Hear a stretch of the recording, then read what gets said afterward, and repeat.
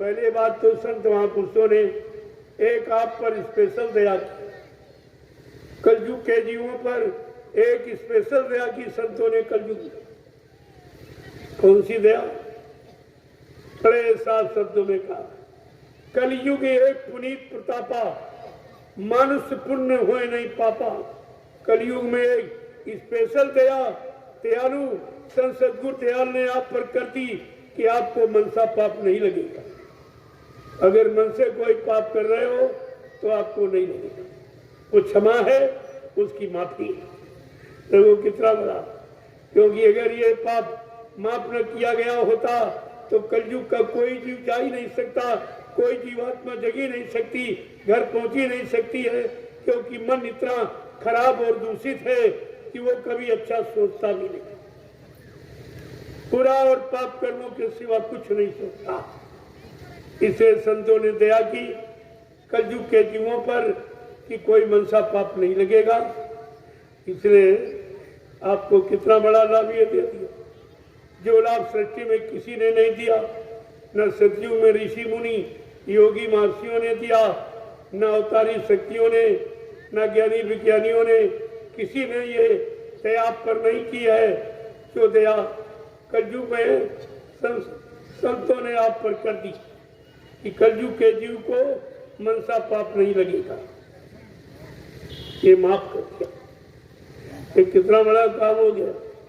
फिर भी तो आपने विश्वास नहीं किया उन पर, फिर भी छोड़ के आप आ गए।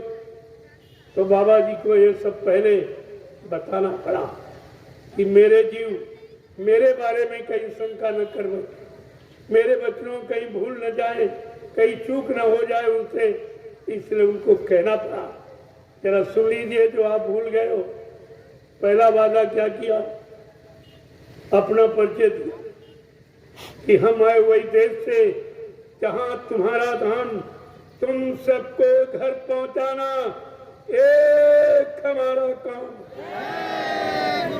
इस मृत्युलोक मंडल पर आने का मेरा एक ही कारण है कि मैं तुम्हारी जीवात्मा को जगा के घर पहुंचा दूं। गुरु ने क्या वादा किया कि तुम्हारी जीवात्मा को घर पहुंचाऊंगा।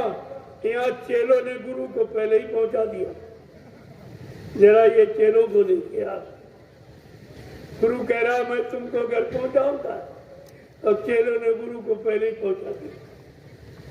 ये कितना बड़ा नैतिक, कितना बड़ा गुरु का अपमान, उनके वचनों का, उनकी दया का एक कितना बड़ा अपमान किया है। क्या इनको कभी माफी मिल जाएगी? अरे आगे आने वाले भविष्य में ये लोग अपने आप को बाबा जय गुरुदेव जी महाराज का शिष्य भी नहीं कहला सकेंगे।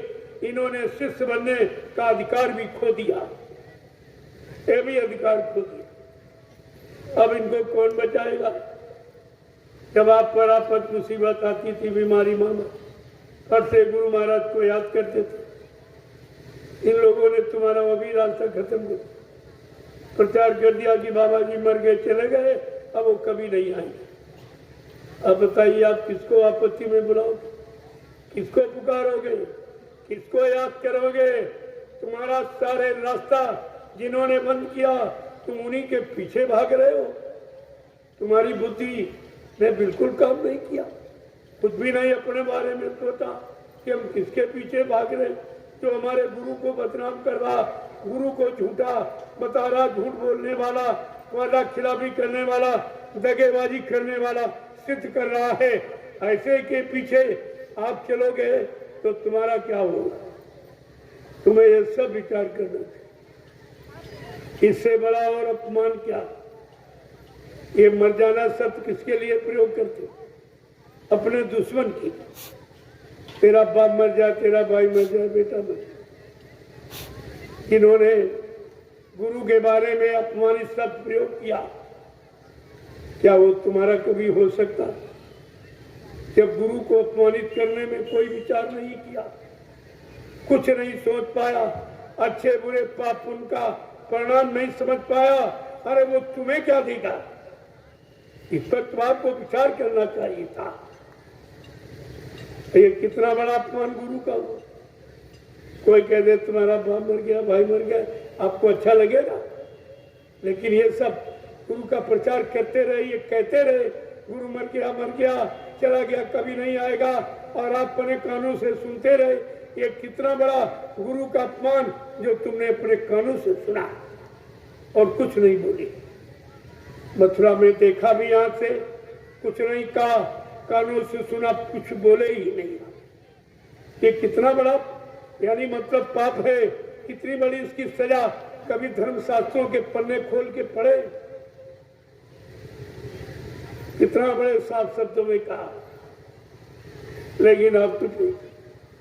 गुरु निंदा सुने जो काना, पाप लगे गौघास समान है। जो गुरु की निंदा अपने कानों से सुनता है उसको गौ हत्या के बराबर पाप लगता। ये तुमने पाप सब ने किया और आज भी कर रहे। आपकी समझ में कुछ नहीं आया। अपने गुरु की बदनामी, अपने गुरु का अपमान, अपने गुरु को झूठ बोलने वाला, वादा खिलाफी करने वाला, कहने वाला का साथ दे रहे, उनके पीछे दौड़े, तुम्हारा क्या होगा? जो नरकों में जाने की तैयारी कर रहा, तुम उसके पीछे चलकर क्या तुम भी नरक में जाना चाहते हो? क्या आपका इरादा है? इसलिए एक वचन को जरा सुनिए। अभी तो पहले वादा में रखा, बाबा जी ने कहा, बच्चा मैं रामकृष्ण की तरह से किसी बीच के लोग से नहीं आया हूं जो तुम सबको बीच में छोड़ के चला जाऊंगा। ना मैं ब्रह्मा के ब्रह्मलोक से आया हूं, न विष्णु के विष्णुलोक से आया हूं, न शिव जी के शिवलोक से आया हूं, न राम के साकेत लोक से आया हूं, न कृष्ण के गोलोक से आया हूं, न देवी देवताओं के देवलोक से आया हूं। मैं आया हूं सत्यलोक संस्कार नामी धाम, जहाँ की ये सारी सुरते रूहें जीवात्माएं, जहाँ ये मृत लोक मंडल में ये मनुष्य शरीर में बैठी, मैं इनके वास्ते इनको जगाने, इनको घर पहुंचाने के लिए आया हूं। प्रेमियों, ये कितना बड़ा वादा। ये वचन किसी से नहीं खुले, न मंदिर में पूजा करने वाले पुजारी से, न मस्जिद में मुल्ला मौलवी से वचन खुला, न मतलब पादरियों से ईसाई घर में, और न ही गुरुद्वारे में किसी ग्रंथी से खुला। ये सत्य का वचन किसी से मुंह से उच्चारण नहीं निकला। आप इस पर विचार कीजिएगा। मैं तो अभी केवल इशारे कर रहा हूं, समय आएगा तो सब कुछ, लेकिन समय के पहले आप नहीं चेत पाए, नहीं जाग पाए, संभल के नहीं खड़े हो पाए, तो फिर बचने की बात कहां लागू होगी? फिर बाद में पछताने से कोई लाभ। मन पछताइयो अवसर भी थे, सहज बदन 10 बदन का नफ, बचे न काल बलि से। मन पछताइयो अवसर, समय निकल जाएगा, फिर पश्चाताप से कुछ होने वाला नहीं है। उससे कोई माफी नहीं मिलेगी। पश्चाताप तो समय के पहले अगर कर लिया जाए तो कुछ काम आपका बन सकता है, लेकिन बाद में